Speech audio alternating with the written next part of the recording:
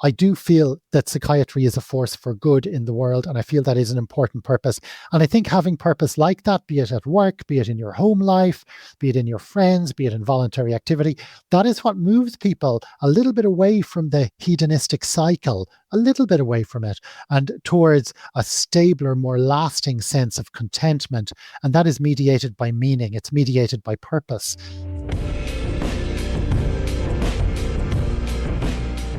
Welcome back. In this week's podcast, we're in conversation with Professor Brendan Kelly. Professor Kelly is a leading psychiatrist, author, and researcher. He's a Professor of Psychiatry at Trinity College Dublin and consultant at Tallaght University Hospital. He's an expert in mental health law and human rights. He's authored over 20 books, including The Science of Happiness, The Modern Psychiatrist's Guide to Contemporary Practice, and Resilience, Lessons from Sir William Wilde on Life After COVID. He holds master's degrees in epidemiology, healthcare management, Buddhist studies, and mindfulness-based interventions. Originally, we had intended to have Professor Kelly on to discuss something called descriptive psychopathology.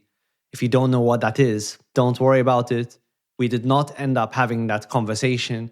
Instead, we got sidetracked and had a conversation about whether or not we're medicalizing unhappiness, the different kinds of unhappiness one could describe, the traps people fall into when chasing happiness. We also discuss global trends in suicide and how global suicide rates tend to compare with those in the West. We talk about to what extent the individual is responsible for their mental health versus to what extent society is. We discuss a little bit about Brendan's background in Buddhism, including the Buddhist belief that there is no self and what that means for living a more mentally balanced life. We discuss why Beatles music will destroy your life, whether or not social media is as toxic for someone's mental health as everyone seems to claim it is, why you should consider saving for a new garden shed, and what we're missing in modern psychiatry, and what future psychiatrists may say we got wrong. This is The Thinking Mind, a podcast all about psychiatry, psychotherapy, self-development, and related topics. If you like it, do share it with a friend. Give us a rating or a review on Apple, Spotify, or wherever you listen. Check out some of the links in the description. As always, thank you very much for listening. And now here's today's conversation with Professor Brendan Kelly.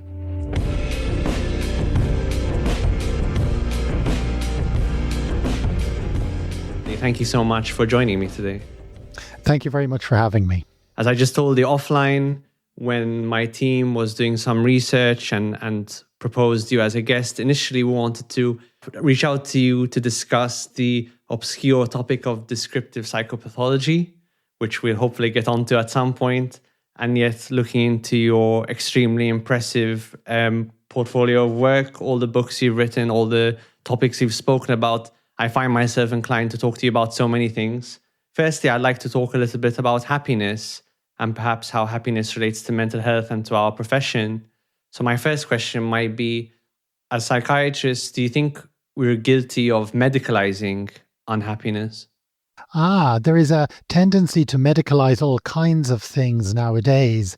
As psychiatrists, we look on this in terms of psychiatry, but the fact is diagnostic thresholds are falling right across medicine as people without symptoms of anything seek treatment for risk factors or treatment for other things. In psychiatry, there's often a pressure to medicalize unhappiness. And I guess it can happen from time to time. So, for example, if I see somebody who has lots of problems in their lives, lots of difficulties, but doesn't really have, symptoms of what we might call depression according to the various criteria, often that person feels a little bit shortchanged if they're told, they don't have a diagnosable mental health condition, as it were, but what they have are life problems or unhappiness. So there's sometimes a pressure to medicalize the problems of day-to-day life, but I don't think that's particularly specific to psychiatrists or psychiatry. And there's a broad social tendency to describe all kinds of things nowadays as mental health problems, whereas that's not always the most solution-focused way to describe the tribulations and trials of life, which can be, to do with circumstances, can be to do with unjust political systems, social orders that are, toxic for some people. But there is this tendency to medicalize or psychiatrize, if you like, certain issues, which is problematic. And I think as psychiatrists, we need to be aware of that, and mostly we are. Yeah, I hope we are. And I think most reasonable clinicians I speak to seem to be. And certainly we're doing more podcasts recently, trying to critique how we've done things so far, how we may be doing things. I see a lot of what you talk about in the ADHD world, where people may struggle for a long time with issues like problems with focus, problems with organization, say, and they feel that to not get a diagnosis they take that as the same as having their problems invalidated. If you're not getting a diagnosis of ADHD, that means your problems aren't important or serious, which is a real issue. And I think that is mostly a socio-cultural problem, that invalidation of one's emotions and one's experiences is kind of a cardinal sin for whatever reason in 2025. And then equating invalidation with not giving someone a diagnosis of a medical disorder. And you really need to tell people, if you're not giving them the diagnosis of a psychiatric disorder, this is good news. This is positive. It doesn't mean your problems aren't serious or real, but this is like a good thing. Do you encounter this problem? Sure. And discussing this with physicians or surgeons, it does occur to me that we operate the only service where people who come to us are almost disappointed when they don't have a diagnosis. If you go to see a renal doctor or a cardiologist and they say, look, you don't have any diagnosable illness, mostly that's good news. But this sense of invalidation, some people feel, is very real. And this is maybe something psychiatry could devote maybe more attention to in training, which is the power of diagnosing and the equal power of not diagnosing. And, the fact is, for some people, and you've mentioned attention deficit hyperactivity disorder, for some people, being diagnosed with that is such a relief. Previous symptoms make sense. They now have something they can, look up, they can understand, seek treatment and support. And it's a validation, it's empowering, and it leads to a lot of improvement. But for other people, that moment of diagnosis is experienced as disempowering, placing them in a category, denying their uniqueness, and maybe labeling something that they didn't feel should be labeled, or where the diagnosis does not produce benefit. So I think that moment of diagnosis, it needs to be treated with great respect by all involved. And there are, patient factors and clinician factors and other factors that determine what that means. But it is a very, very powerful thing that can be so good for so many people, particularly as we correct the historic underdiagnosis of attention deficit hyperactivity disorder. But can also be overused or given too much weight, particularly when that moment of diagnosis is not handled with care, sensitivity, and genuine partnership. Yes, and do you think that diagnoses also need to be delivered with a certain amount of humility, given how mysterious they often still are? For example, lacking in objective biomarkers, for example, in the case of pretty much all mental health conditions, in light of the fact that our diagnostic criteria, many clinicians would say, need a bit of revising. Do we need to be delivering these diagnoses with a sense of transparency of, look, this is the criteria on which I'm making this diagnosis. There's an element of subjectivity in the diagnostic process. And, almost, I find it helpful to give patients a bit of an insider's view into diagnosis when that's happening. What do you think about that? Yes, absolutely. We tend to, what I like to do is to sort of show people the diagnostic criteria from ICD and say, look, here is a list of symptoms which we have found, or psychiatry has found, tends to occur in clusters. And do any of these symptoms make sense to you? And inevitably, if we take the example of, say, emotionally unstable personality disorder, let's just go straight in with a challenging one. The person will look through it and say, yes, yes, no, no, yes, yes, yes. And I'll say, look, the reason I'm showing you this is to say that, look, other people have experienced similar collections of problems, symptoms, issues, not identical, but similar enough. And for people with this collection of symptoms, there is evidence that this particular treatment is helpful, be it some kind of psychological therapy, or maybe in the case of depression, we can say, look, for people with these symptoms here, I can tell you that there is, say, a 70% chance that a certain kind of antidepressant medication will be helpful. And the term depression, it's just a way of linking collections of symptoms with the evidence for treatment. It doesn't have much intrinsic meaning in the sense that it's not a biologically based diagnosis.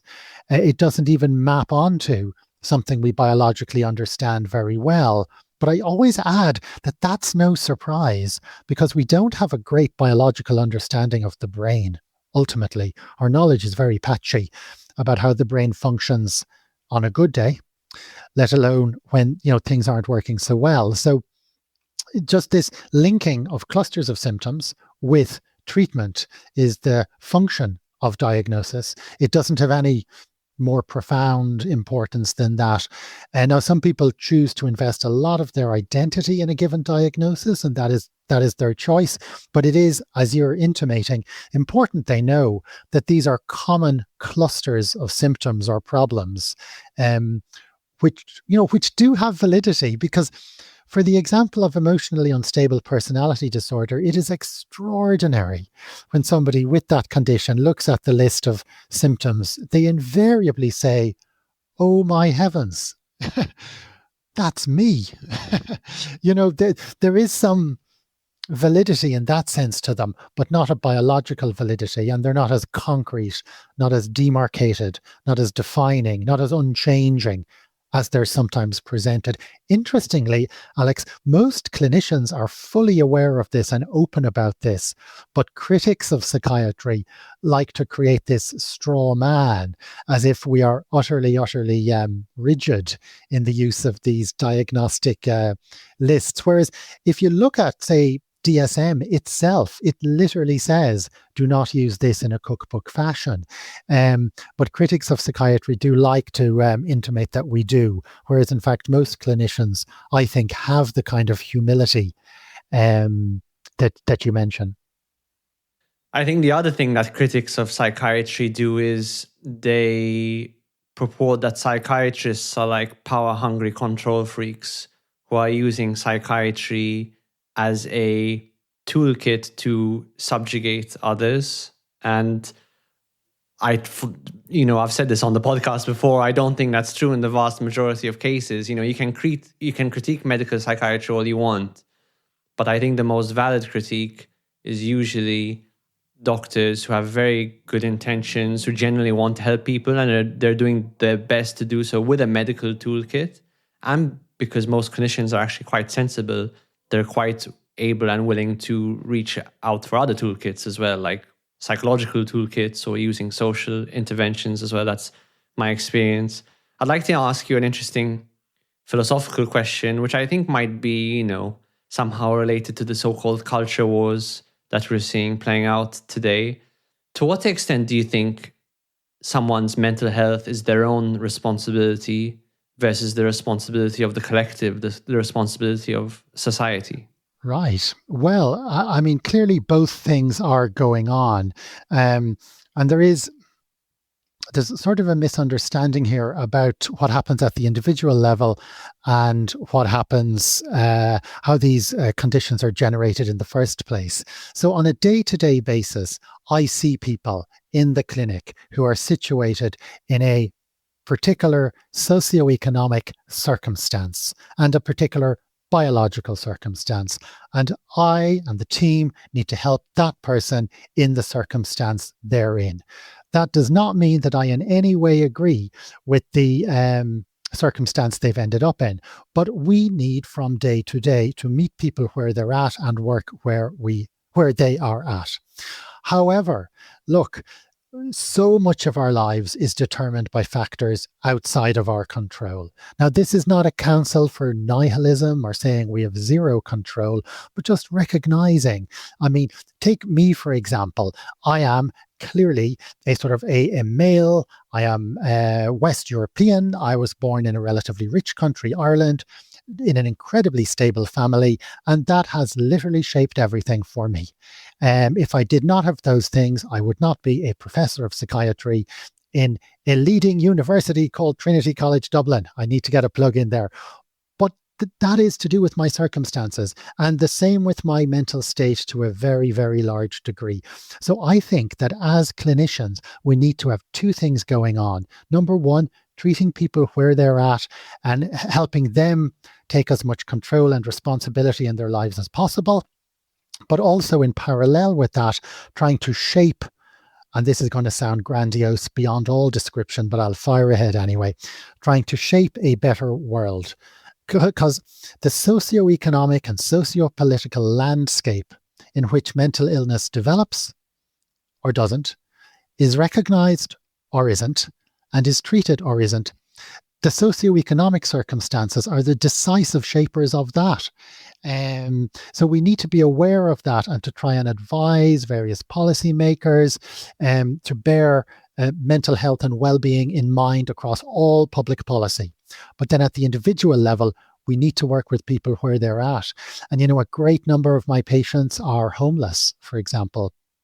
And the team works very hard to try and address that, but we live in societies that make it so difficult. So people have a certain amount of responsibility themselves, a certain amount of power themselves, but we do need to recognize we are all limited by circumstances, either negatively or positively. And part of that is, I think, looking at our own lives and realizing that what is now called privilege is part of what got us into these roles to begin with. It's partly our own hard work, I guess, but mainly it's privilege, as we now call it. Although my parents used to always remind me, they used to say, you have had very good luck where you were born and the area you grew up in and the schools you went to. Yeah, but now it's more structured out as privilege. So look, in answer to your question, clearly circumstances are decisive in the lives of many people.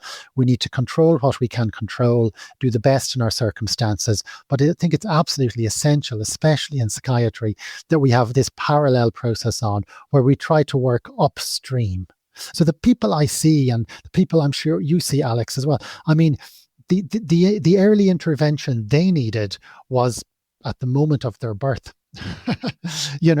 But I can't keep saying that to everybody at the clinic. I need to work in the here and now.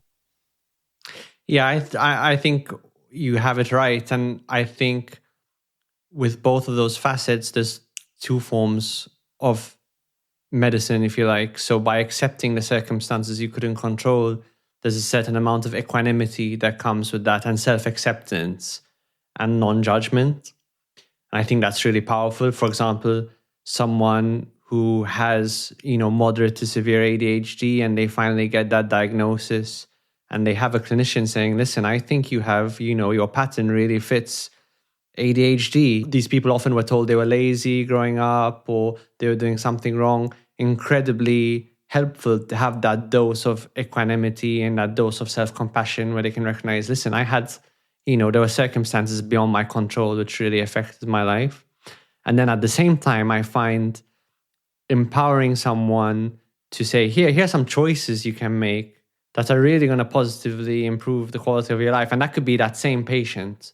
Say, you're looking at your nutrition, your physical activity, maybe working with someone regularly, one-on-one. All of these things can really positively influence your life. Of course, something like medication, that can empower them. And that's a tool where they feel like they're in control. I saw a lecture, in my research for this, I saw a lecture you gave on happiness and what makes people more or less happy. I was really interested that there was a political divide, that on average, you said people on the right tend to be happier than people on the left. I'm not surprised by this. You outlined some reasons. I'm curious to hear them. But one reason I wanted to contribute was I do think being of a conservative mindset, also involves this sense of like you have responsibility for your life. And I think that makes people happier. I think even through the ups and downs, if people feel they're in the driver's seat, I think that's quite conducive to a happier life. What do you think about that? Well, yes, it is. I mean, hundreds of research studies show that people with right-wing political views report being happier than people with left-wing political views. Now, it is a little bit complex because of things that correlate with being right-wing, specifically being religious and being wealthy. So that complicates the comparison slightly. And that sense of certainty as well, in that right-wing people, the more right-wing they are, the more certain they are of their views. Whereas left-wing people are questioning everything. They were striving to make the world a better place, a task which often produces, let's say, partial success, rarely produces full success. And the sense of dissatisfaction that drives a great deal of left-wing activity does not rest easily with happiness. I do agree with your point about control for sure, but also the idea of meaning as opposed to happiness necessarily contributing to a worthwhile life. And I think meaning is something that is perhaps not as differentially distributed across the two political divides. But it is an interesting, the control thing is interesting, Alex, because it doesn't make sense in quantifiable terms. Sometimes people who, say, have very little control over their circumstances get enormous benefit from exercising that small amount of control that they have. Whereas you might look at the situation and say, well, that is a tiny amount of control to have. We see this in, say, in prisoners who are in prison for a long period. That small amount of control that they have is capable of delivering substantial satisfaction out of all proportion to it, be it a small amount of control in their prison cell, but also if that small amount of control is taken away, it produces profound unhappiness. So in situations where we don't have full control, exerting the little bit we have can have a disproportionate positive effect. So your point is very well made, which is to do with the ability to use the control that you have for the benefit of your mental health. And I think that is a big factor in happiness and suffering. Yeah, I like your prison analogy. Those small privileges really help. And an analogy I came across quite a long time ago, which I think is similar, is in the military, there's usually a difference in happiness between your regular GI soldiers and your special forces. And it's hypothesized that the difference is your regular GI soldiers, they're often waiting around for long, long periods of time. I don't know if you ever saw the movie Jarhead, but Jarhead is essentially about this, that you're kind of a pawn in a larger scheme. Yeah. You're often waiting. And special forces soldiers, they're more self-directed. They're given a mission and then they have to go out actively and get it. And they're kind of more in charge of how they get it done. And because they have that element of agency, they feel a lot more in control, and therefore their experiences, although I'm sure very difficult and horrifying in many ways, they often have a greater sense of satisfaction because they have that sense of ownership, which I think is so important for people to have about their work in general. Yes, agreed. And we see that echoed across workplace studies where employers like call centers, for example, really struggle. Because of the nature of the work, they really struggle to give employees a sense of ownership or a sense of authority or a sense of control over the workflow. And so the advice there is usually that employees would get control over other aspects of their employment circumstance, be it the timing of breaks or the nature of break rooms and things like this, because the intrinsic nature of that work does not give the person a large amount of control. And this makes a huge difference on assembly lines or call centers or similar things. Yeah, I had this problem myself earlier on in my medical career, because especially when you're on call, but even sometimes in your regular job, you're often, as a junior doctor, sitting waiting for bad things to happen. And a good shift is when bad things don't happen, which means things don't happen at all. And the bad shift is when lots of bad things happen. And how demoralizing is that? That like a good work day is a sort of benign, inert day. And then when you actually have to do the job you've been trained for, that's a bad day. I felt it was very, very demoralizing. It is. There's an interesting asymmetry there, which is that the events of note are the negative ones, even simply the large number of people waiting to be assessed, whereas the positive events are not as acute or identifiable, a recovery or someone going into remission. We don't necessarily note these things in psychiatry. Maybe in surgery, someone going home after successful surgery is a little more identifiable, but in psychiatry, maybe it's not as clear, or the successes are more gradual or over time. So we don't have that feedback unless we were to kind of generate it in some way, which escapes me now. Yeah, I mean, I've often felt that's a huge problem in psychiatry is you often don't know when you've saved someone's life because you're dealing with, for example, many, many patients across a week who might be reporting suicidal ideation, say, and you intervened at different levels for the different patients, and you don't know which ones necessarily that you saved. And so, as you said, you're just preventing negative events rather than achieving what a surgeon might achieve if they do a really positive intervention, or like I did a heart transplant, say, or I fixed someone's hernia or something like that, you've accomplished a clear positive thing. Whereas in psychiatry, I think we're often trying to just ameliorate the negative. And I think it would be really good for morale in community teams and wards if we had some way of quantifying those wins, because people need wins, don't they? Yeah, they do. What you say is very interesting in relation to suicide, which is, we can count completed suicides, but we cannot count those which were prevented. There is literally no way to know that. And often, with over the years with various colleagues who have had people who've died by suicide, and indeed people who've had bereaved by suicide in their families, there is very much a focus on, understandable focus on the completed suicide. And, often talking to families and groups of families who are bereaved by suicide, there is a focus on the final day, the final week, the unreturned phone call, the unreturned text message. And it's very important to articulate that there are probably many, many occasions when a phone call was returned and a text message was answered, and that this was very helpful in preventing self-harm or suicide on that occasion, but that we will literally never know.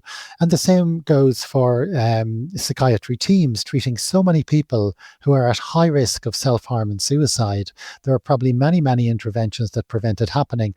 But as you say, there is literally no way of counting that. I suppose globally, we know that the rate of suicide, or the number of people dying by suicide around the world, has been falling very, very substantially. And I think it's between 1990 and 2018, the number of people dying by suicide in the world fell by a third, despite an increase in global population. So while the problem of suicide is by no means solved at all, it's still a very acute difficulty, and even one is too many. Nevertheless, it does appear there is some positive change happening in many countries around the world. But of course, that's at such a high level, it's at literally global numbers, that it's very hard to feel that acutely. And of course, that's probably due to social circumstances and not necessarily due to psychiatry. And I've heard you speak about problems with suicide, particularly amongst young people in Ireland. Yes. And it sounds like even though suicide rates are going down globally, they seem to be going up in young people, which of course is very distressing. How much do we know yet about the potential causes of this increase in suicide amongst young people? Well, it is very difficult to pin it down, because there are so many different things changing in society at the same time. I mean, one of our favored explanations nowadays for all kinds of social problems and malaises is simply to blame social media and smartphones.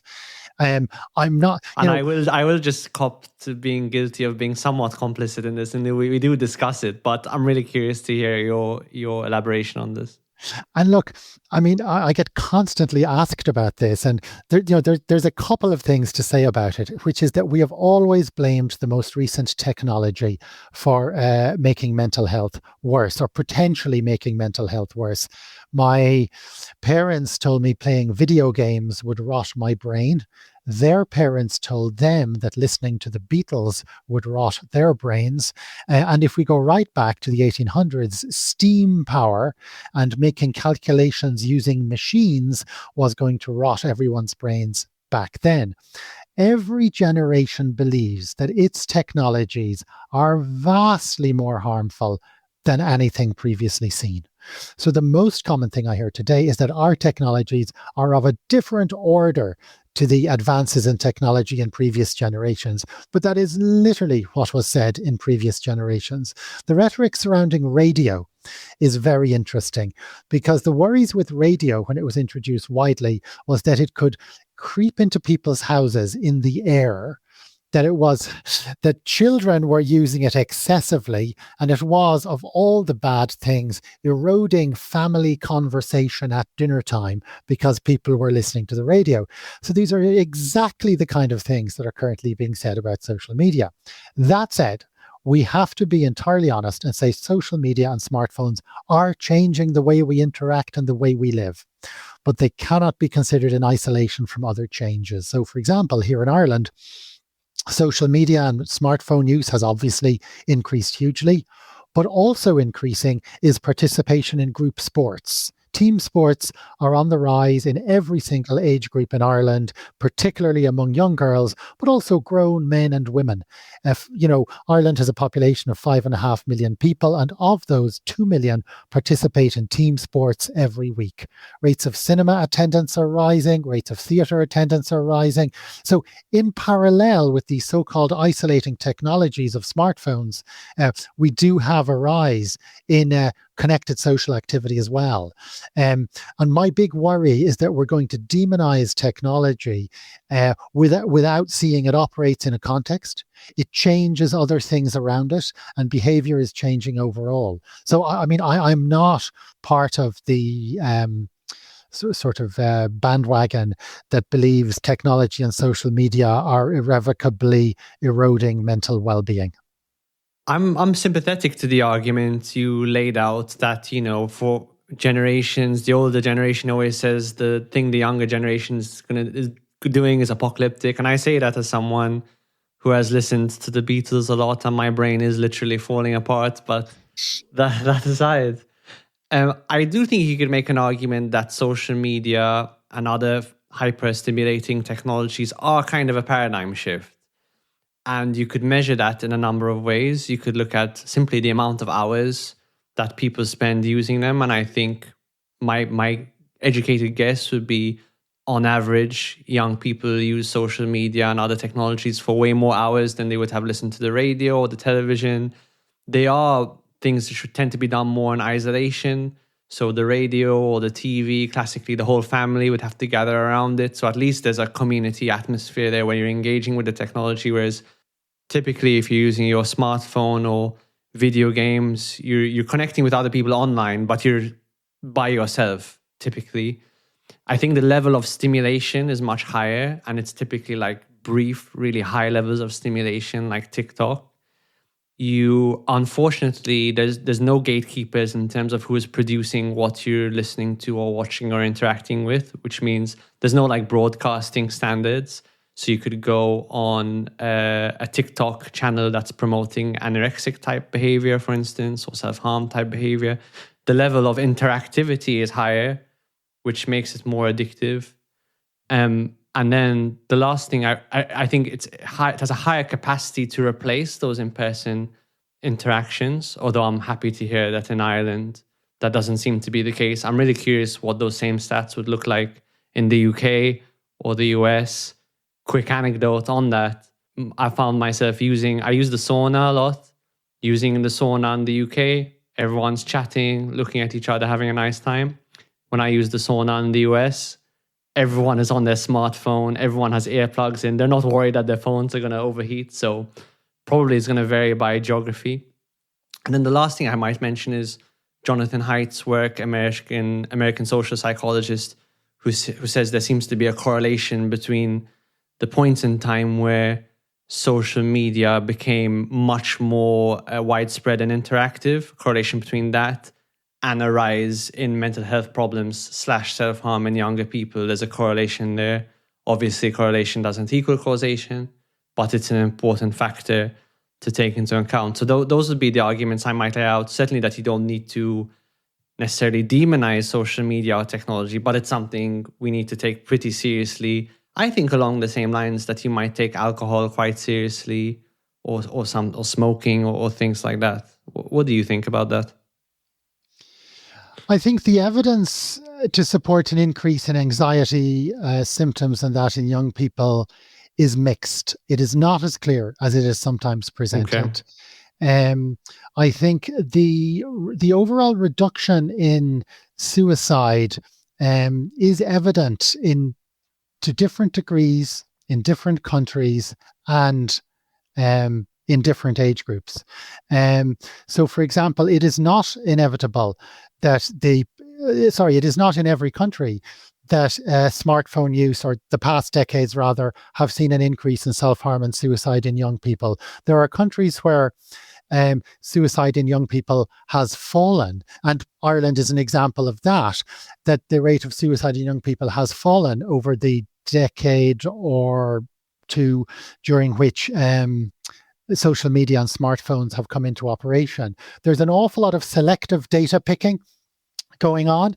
And I do not believe that the impact is of the magnitude described at all. Previous technological changes were of a similar, also presented unique aspects. The printing press, for example, suddenly the church was no longer in control. As people said at the time, there's nobody curating the material and people could be exposed to anything. Children can just get books now without their priests or pastors allowing that, censoring the information for them. So honestly, I think the data on it are mixed. I do think there are some people for whom these technologies have a negative effect, which is the case for almost everything in the world. I don't think it presents the systematic risk that is anything like the magnitude it's being presented as. And I think it is an error to look at data about technology or smartphones in isolation from other things happening in society. And again, to go anecdotally, if you look, for example, at a group of teenagers after they play a sports game, say a match, afterwards they'll stand around chatting, as they always have. They'll have their phones out now.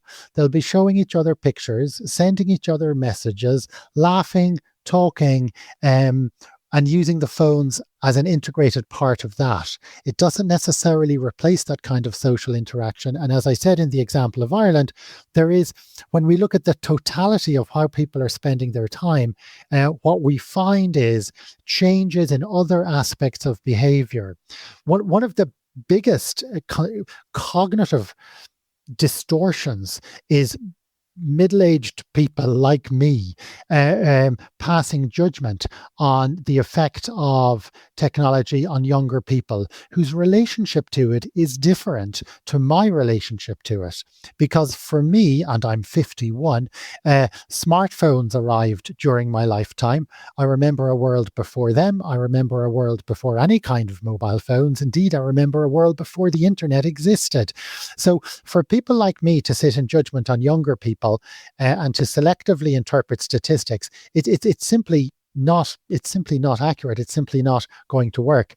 I think the people who struggle most with the new technologies are people like me. Many of my contemporaries have completely lost control and have no control over the use of technology. And many younger people to whom I speak have a really crisp distinction. Yeah, certainly. I don't think it necessarily distinguishes between age groups, because some people seem to be more vulnerable than others for whatever reason. Yeah, but look, for what it's worth, it is something we need to think about and manage. I agree with that. I don't think that these technologies present the kind of systematic risk that people say that they do. Certainly, there is another set of statistics that indicate, that that things are improving rather than disimproving. I'm not as concerned as many people like to be. I mean, the sort of the generation of adults have always given out about the younger people and told them that the end is nigh, and that they need to change their ways. I get satisfaction out of doing that. I suppose I feel I'm entitled to it because of my age, but I don't think it's supported by facts. It's all we have as older people. It's all we have is satisfaction like that. So just to clarify, so the suicide rate amongst younger people in Ireland is actually going down as well? The number of young people, when we look at below the age of 16, has fallen. Dying by suicide has fallen. Now, look, I want to be very clear to anyone listening. I am not in any way saying that means the problem of suicide has been solved, or that we need to take our foot off the pedal here. In fact, I'm saying the exact opposite. Something is happening globally as well that is reducing the rate of suicide in many countries around the world. As I say, it fell by a third between 1990 and 2018. It continued to fall during COVID in most places. So what that tells me is that nothing is written in stone.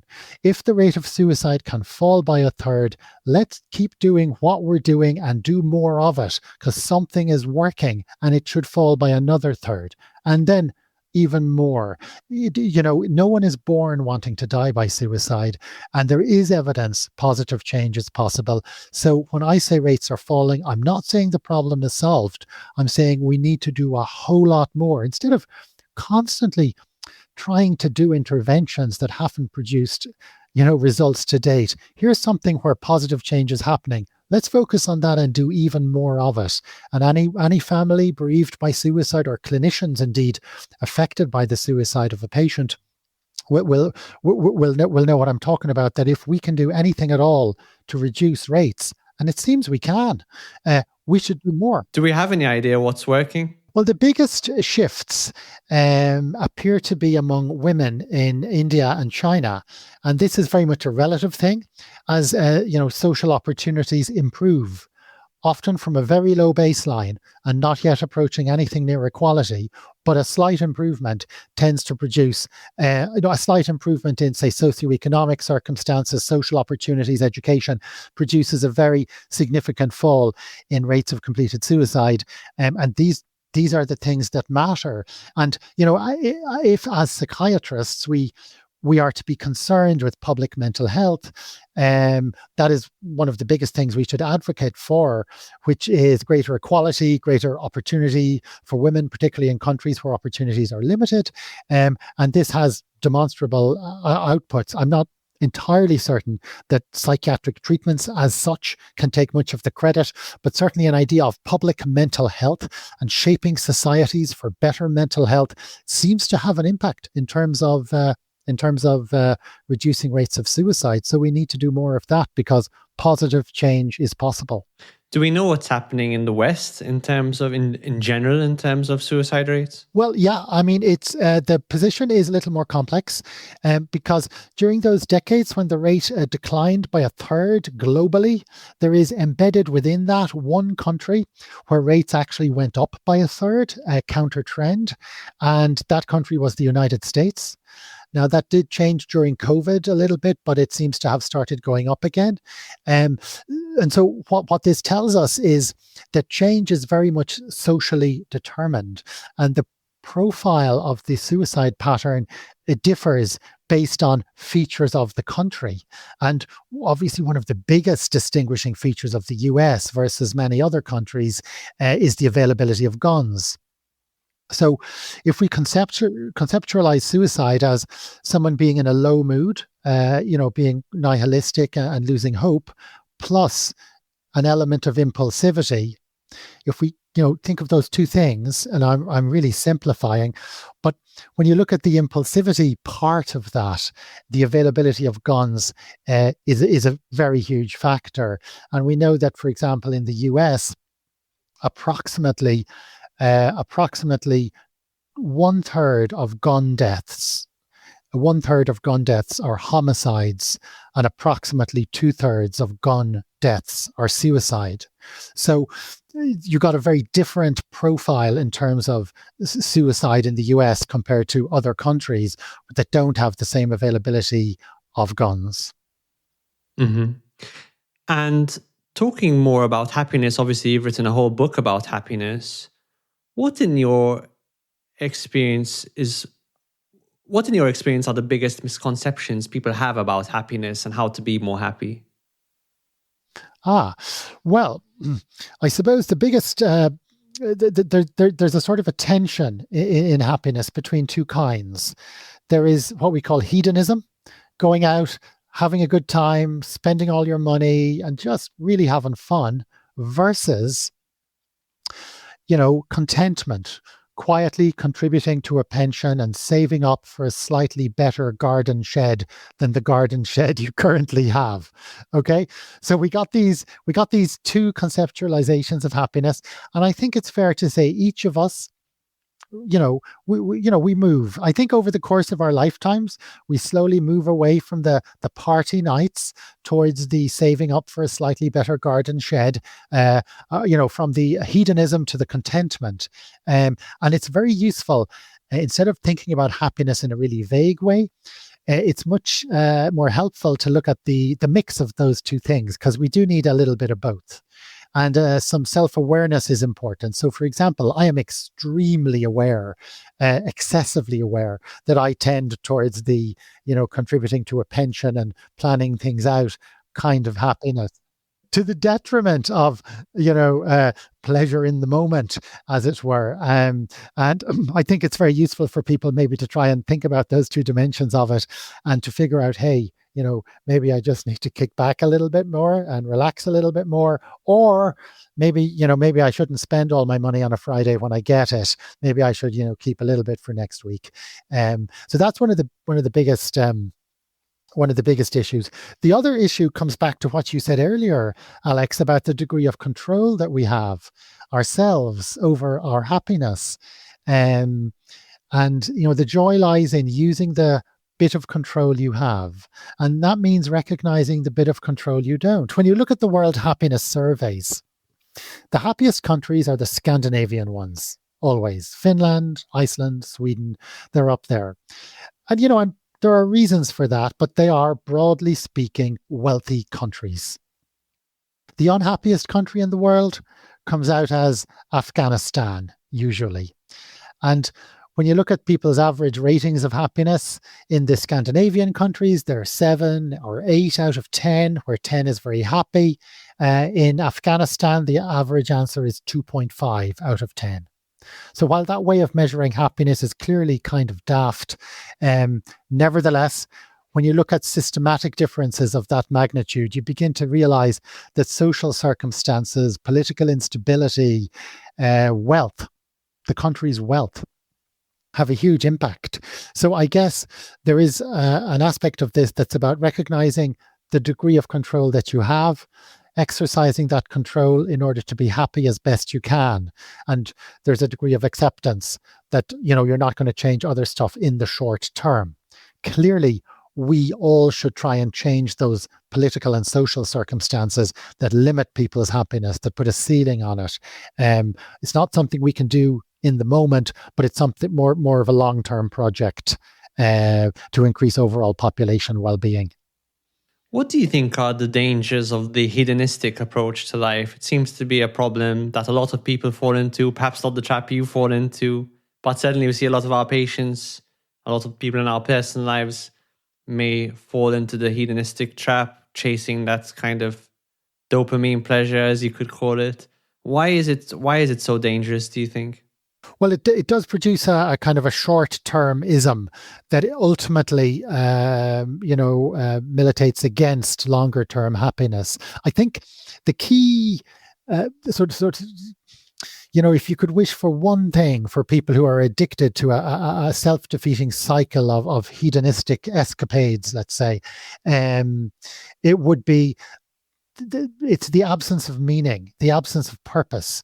It is a huge problem. I mean, I have fallen into the trap of moving towards the contentment end of the spectrum and saving up for a slightly better garden shed, probably because I feel there is meaning in what I do. I feel purpose, if you like, in the world. Now, look, critics of psychiatry watching this may question that purpose, but I do feel that psychiatry is a force for good in the world, and I feel that is an important purpose. And I think having purpose like that, be it at work, be it in your home life, be it in your friends, be it in voluntary activity, that is what moves people a little bit away from the hedonistic cycle, a little bit away from it, and towards a stabler, more lasting sense of contentment. And that is mediated by meaning. It's mediated by purpose. Now, we can argue that the demise of religion in certain parts of the world, and only certain parts of the world, has left a gap there in terms of, if you like, a ready-made meaning, a sort of a pre-organized system of grand narrative about how life and death work and the universe and all that. Now, it is easy to point to the excesses of that when that turns into religious fanaticism and the problems associated with that. However, the fact is the vast majority of people who adhere to the vast majority of religions do so in a rather quiet and a rather participatory and meaning-giving way, rather than the extremes. And I often think the extreme belief is problematic, or literal belief. And we see this, Alex, and this is a tangent. We see this in psychiatry a lot, where we see it with our diagnostic classification systems, things like ICD and DSM, where the problems don't come with moderate use of these systems, but with fundamentalist literalism. People who literally believe every word of ICD and DSM is sacrosanct and has to be observed. And a lot like, so people would describe, the ICD as the psychiatrist's Bible. And this used to really annoy me, because a lot of us use this as a sort of a tool, manual more than Bible. Yeah, but the more I think about it, how most people use their Bibles, most people, if they have a Bible or a religious scripture of some sort in their lives, they read some of it, they dismiss and ignore vast tracts of it, they decide loads of it is just metaphor and not to be taken literally. And that's exactly how most psychiatrists whom I know, use ICD or DSM. We use parts of it, we adapt parts of it, we say some of bits are negotiable, which is something people say about the Bible all the time. And with both ICD and the Bible, the problem comes with fundamentalism. In any religious tradition, dogmatism and literally interpreting things that are not to be so literally interpreted. So now I think describing ICD as the psychiatrist's Bible is quite accurate when you think about the rather fast and loose approach most people have to Bibles and religious scriptures, using bits when they're useful and then ignoring it at other times, which strikes me as what the Buddhists would call wise discernment rather than literal interpretation. Yeah, and you see this with the everyday person as well. I find that people, if their beliefs about anything are really rigid, fixed, inflexible, they tend to have a lot more problems, and they tend to be a lot less happy. And a lot of things, you do in psychotherapy, typically when a therapist is working with their client, is try to help them develop a belief system which is less fragile, a bit more flexible, a bit more able to adapt itself. Particularly when someone tries something new, gets some new data from the world. Okay, how does this inform my beliefs now? I think having that flexible belief system is really important.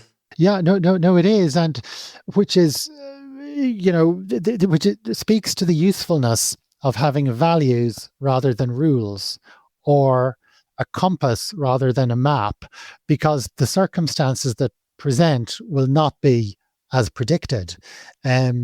And certainly I like, when going through diagnostic criteria with patients, I very often say, look, this is really difficult. You're not fitting into any of the boxes that you're supposed to fit into. You're a bit in this one and you're a bit in that one. What are we going to do? And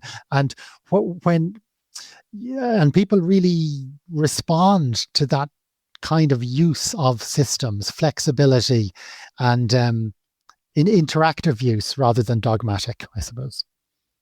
Do you ever worry, just getting back to the idea of like happiness and sort of more like cultural wisdom. Do you ever worry that in the West we've become kind of divorced from common sense wisdom that many civilizations have had for thousands of years? And that could be like, people need to believe in something. People need to have meaning in their lives. People need to be fundamentally community oriented, things like that. Do you think in the West we've become divorced from these principles and that might be contributing to our unhappiness somewhat? Yes, I mean, I think that does contribute to unhappiness. We tend to have, over many decades, and we cannot blame social media for this, by the way. We have been, treating ourselves as individuals. And that's not really how we function. We know that neurologically, even, we are very attuned to each other. We reflect each other's movements and thoughts. And, we're exquisitely aware of each other's facial expressions. And when someone does this, as you just did, I am thinking, what does it mean? And and to return to Buddhism, in which I have a very real interest, we know that Buddhism would say that the self, as we conceive it, well, some people say, Buddhists say there is no self, but that's clearly just not true, because myself is here at this computer and your self is there. And this evening at dinner, there will be 4 places set out. Like, I'm not going to say I don't want dinner because there is no self. Clearly, there is. There's something. There is, and it's operationally useful. But Buddhism teaches very much that our idea of self, operationally, it's too concrete, it's too fixed, and it's too immutable. We that we are not as concrete or as clearly defined as we like to think we are. In other words, the degree of interaction between us, the interdependence, is such that it's almost meaningless to talk about individual people, only to talk about communities. And when you look at neurological function as well, as a degree, in a group, if let's say there was a group of 6 people sitting down talking, Alex, and through some kind of magic, an alien arrived, and all the alien could see was their nervous systems responding. The alien would conclude that the 6 nervous systems are one. So they could say the same thing about a city, perhaps. It could. A city of people. That there are biological reasons for saying that it is a single organism in terms of functionality, maybe not in terms of physical connections, but in terms of operations. And it's the same. We have constructed this idea of the individual as a sort of a fantasy. And we've given it far more weight than it merits. And this is true across all kinds of things. One of my involvements is with mental health legislation, and particularly capacity legislation, and supporting people to make autonomous decisions. And a great deal of time is spent supporting people, trying to help them to make autonomous decisions. But what's difficult to factor in is the degree to which we all rely on other people for our decision making. We've, people who are very cognitively intact and mentally well rarely decide things without doing so within a web of relationship. All the major decisions of life, getting into relationships, getting joint mortgages, and that tend to be made in community.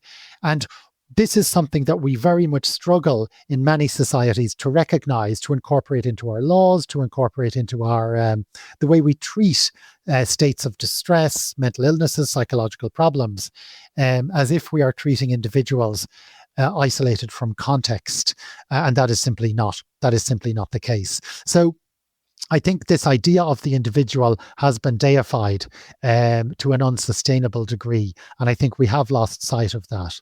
That being said, we need to be careful about cultural naivety and making very simplistic assumptions about so-called collectivist cultures. It's not always as simple as that, but certainly I do think we have a problem, in Western Europe, let's say at least, with which I am familiar, with this idea of the individual to the degree we have this idea. Yeah, I certainly take that on board, the idea that we've deified the individual and we really downplayed the extent to which we are all interconnected and depend on and rely on each other, and our health is reliant on the health of those around us. I'm not sure I agree with you when you say the individual is constructed.